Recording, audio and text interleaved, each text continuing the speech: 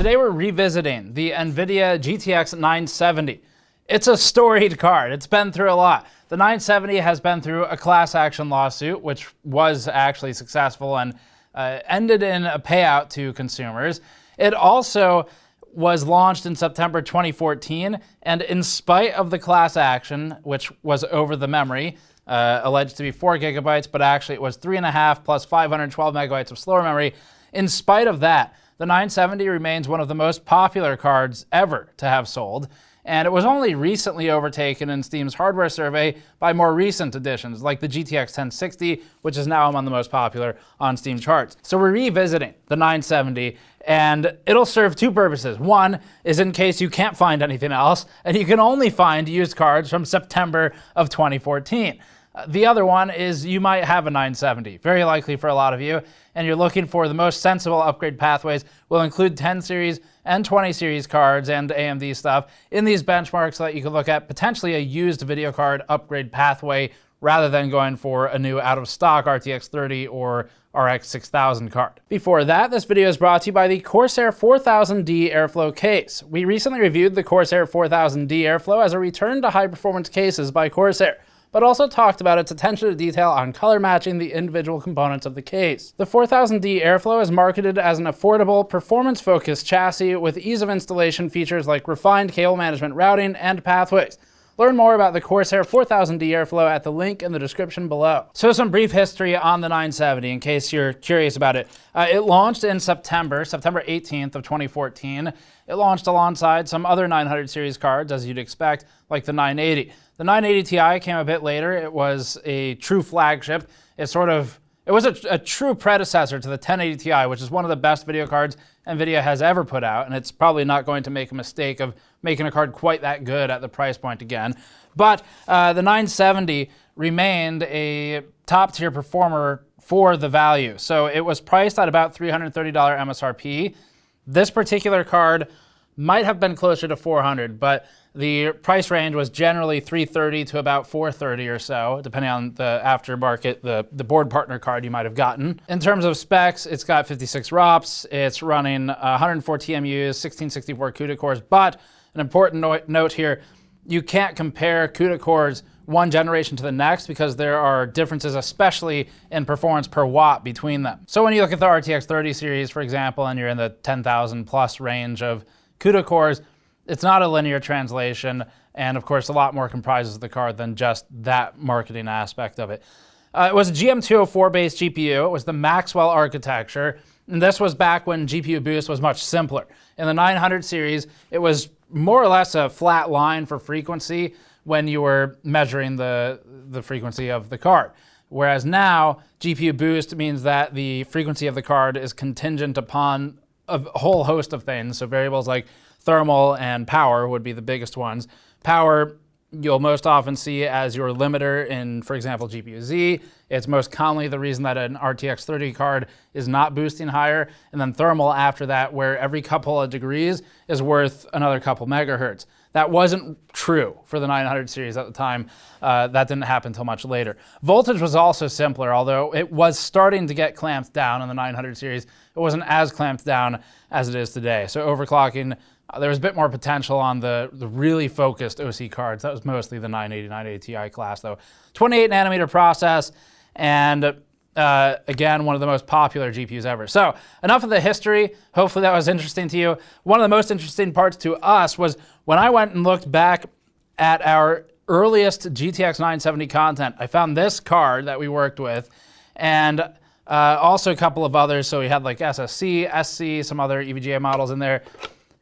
And this card, the SSC, was able to hit exactly the same overclock numbers, the same offsets as it did years ago. It was still stable at that set of values. It was about 90 core and 250 mem or something like that, and you'll see that in the charts. Let's get into the benchmarks. We'll talk about games. At the very end, we have power, which is interesting for efficiency, changes over the years. We'll talk conclusions. We'll start with Shadow of the Tomb Raider at 1080p. The GTX 970 immediately shows its age by plotting a sub 60 FPS average here, but this is at our standard high settings and is tested on a game that came out 4 years after the 970. The 54 FPS average means you'd have a good upgrade pathway to just about anything on this list, including a used GTX 1080, if available, or an RTX 2060, both of which would roughly double the current frame rate. The RTX 2060 is typically $100 to $150 cheaper than the launch price of the GTX 970, just for perspective. Of course, being available is the other challenge.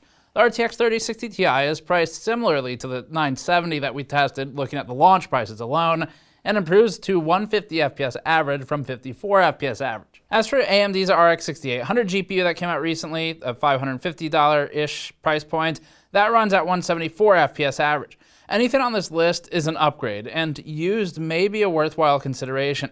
If you're willing to forego ray tracing hardware for a little bit longer, the 10 series and the 20 series, the lower end especially, does make sense. But again, it's a matter of what's in stock. Overclocking got us an extra couple FPS, but it wasn't anything game-changing here. At 1440p, performance fell to 36 FPS average for the GTX 970.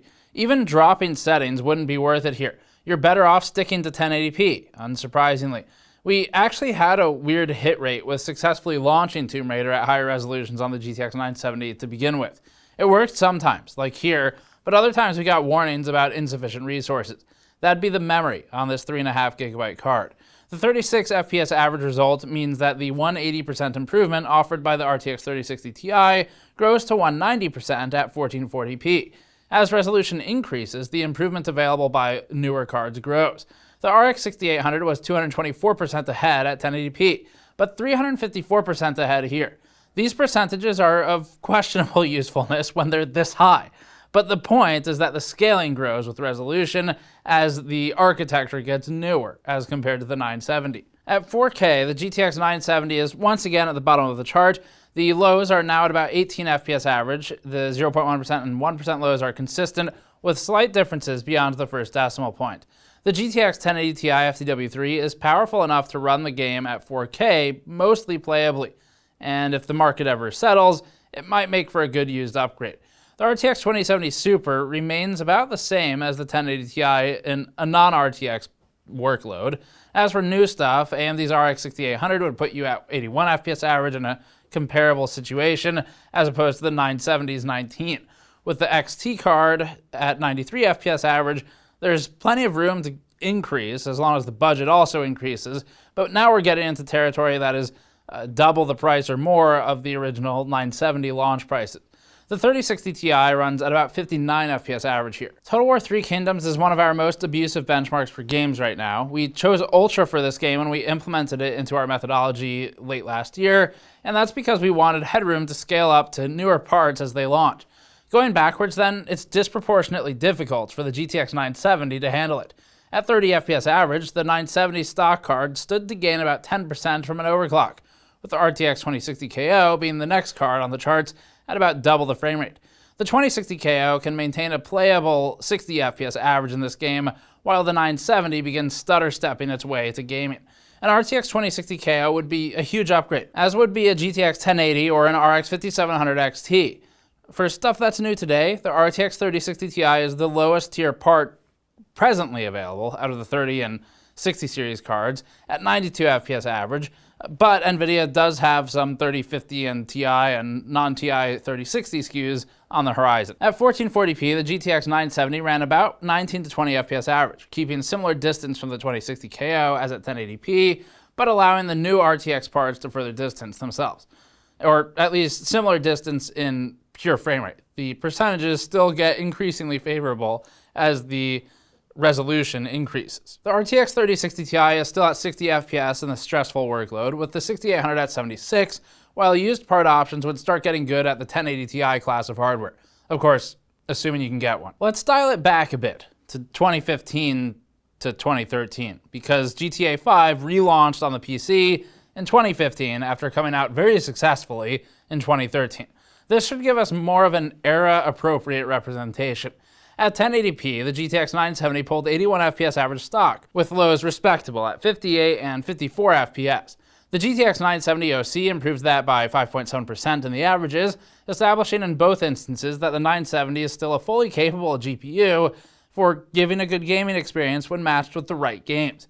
If you're still happy with your card, there's no need to swap it.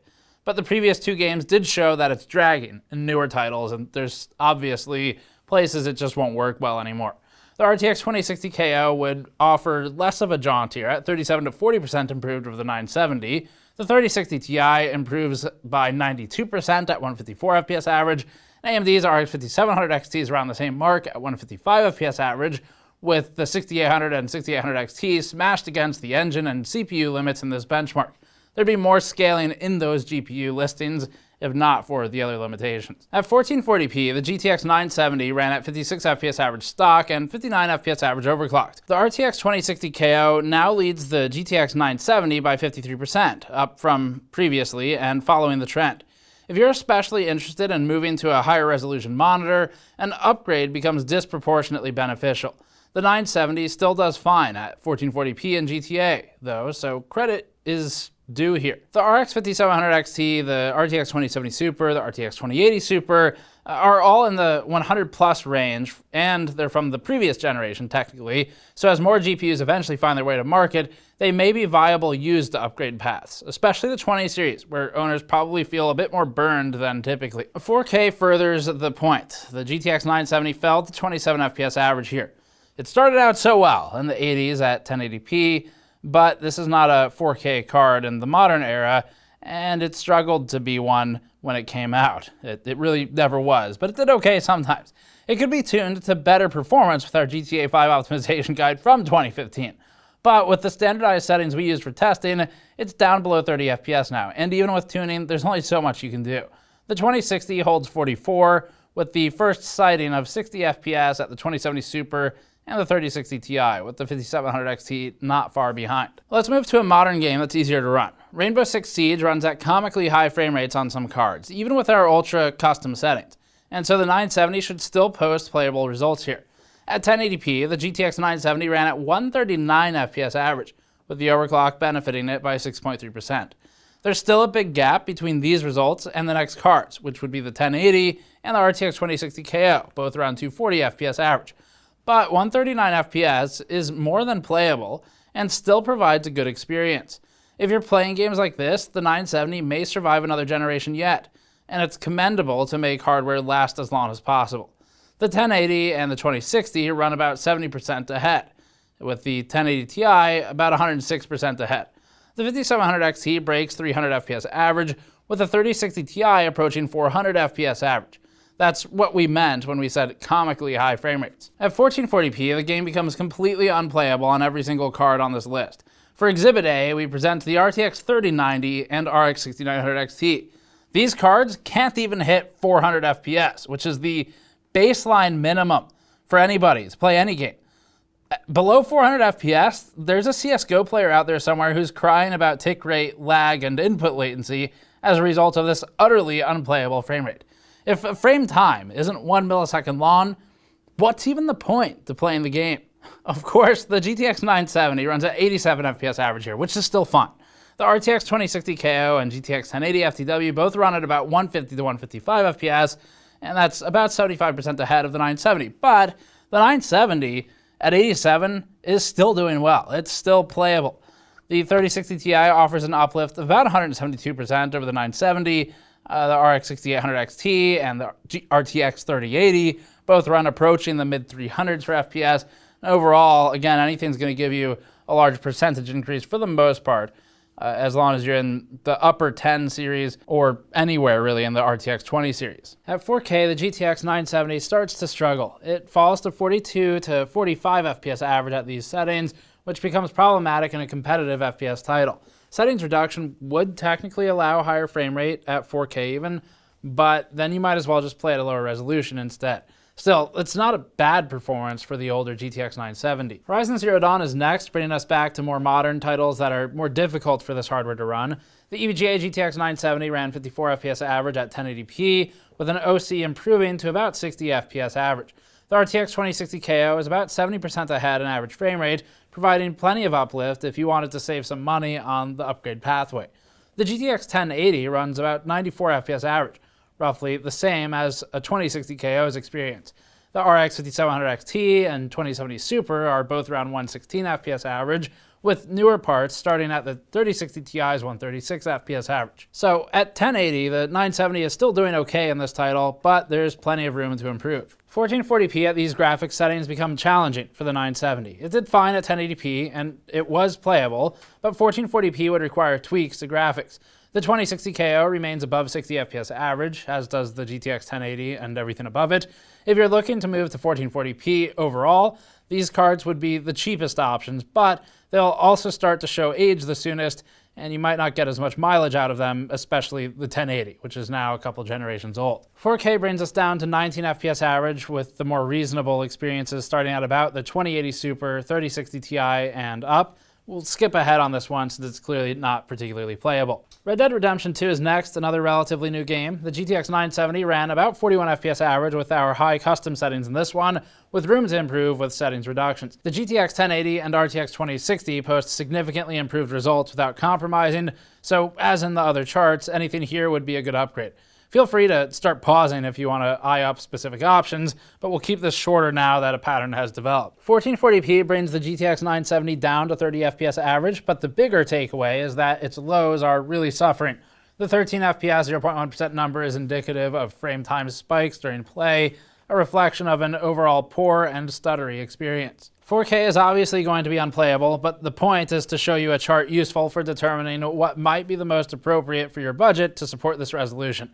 Here, the 3060 Ti and up starts doing well. The 6800 would land you at 66 FPS average with these specific settings, but in terms of percentage scaling, it's about 288% over the 970. Finally, with Cyberpunk 2077, at high settings and with a 1080p resolution, we plotted a 31 FPS average on the GTX 970.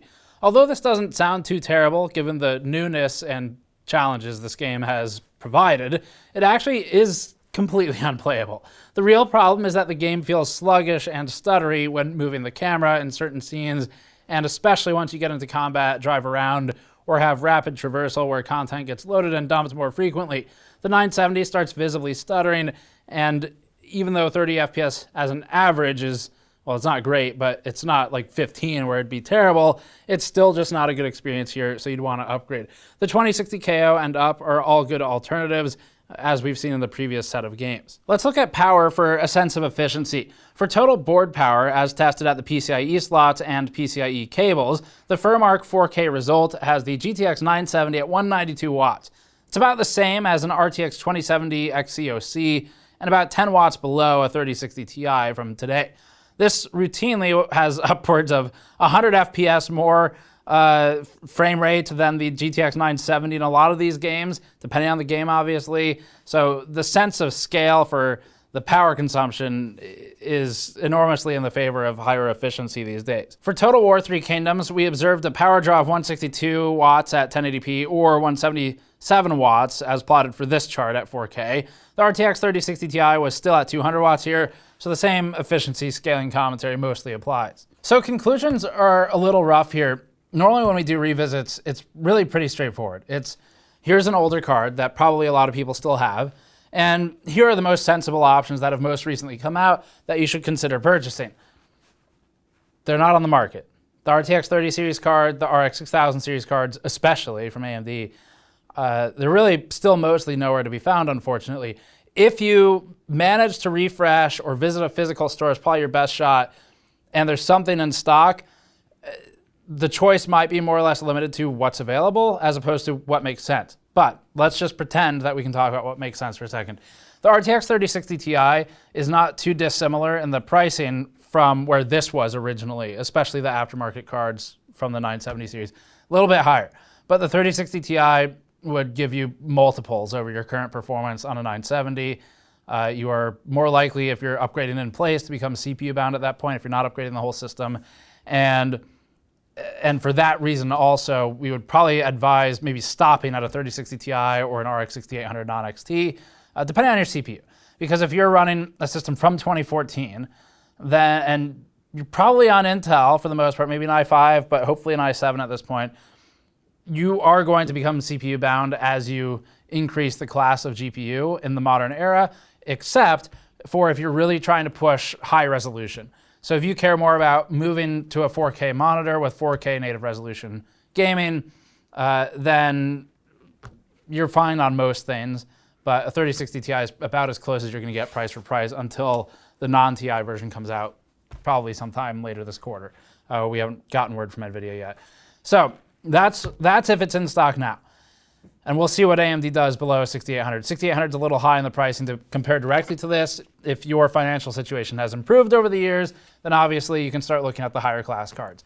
But we're assuming most people buy about the same price point every time. So for used cards, a GTX 1080 would be a reasonable option, and RTX 2060 would be a great option. You are moving into a class where 1440p becomes viable on both of those devices for a lot of games, maybe not all of them without some settings tweaks, but most of them. And the 2060 should be about $300 if you can catch it in stock.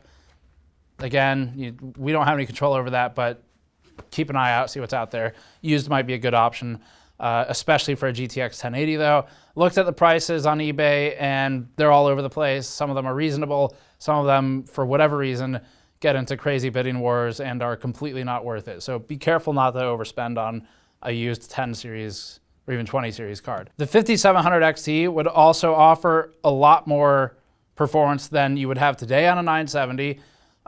Just like the 10 series cards, that's before the RT hardware started getting implemented. So you do lose that, but there was an influx of 5700 cards in the last couple months leading up to the shortages with the more current generation stuff. So that would be another one we'd recommend searching around for and seeing if you can find. Hopefully those recommendations help out. Obviously, feel free to go look at the charts and pause it and come to your own conclusion as to what device you think makes the most sense for your specific use case. We can offer guidance, but it's ultimately up to you. And I'll note this as well. 970 still did really well in 1080p in a lot of these scenarios. The newer stuff or the really intensive stuff like Total War at Ultra it becomes unplayable at some level for a 970 without sacrificing a lot of graphics, or just it might be unplayable altogether. Some of the games we had trouble launching with the memory available on this card, where with Tomb Raider, we get hit and miss. Sometimes it'd launch, sometimes it would refuse to launch because it said there weren't enough resources available, and it just seemed to be almost luck-based. So you do run into those problems. But if you're happy with the way the card is still playing, and the only reason you're thinking of an upgrade is because it's been a while, then maybe hang on to it a bit longer. It's not a rush right now anyway with the market in its current state. But if it's starting to slow you down, you're not happy with the gaming experience anymore, you find yourself really frustrated by the performance, the frame rate, the frame time hitches, stuff like that, sure, upgrade. But certainly there's no harm in keeping your 970 around if it's still performing well. It reduces waste and reduces wasted money too.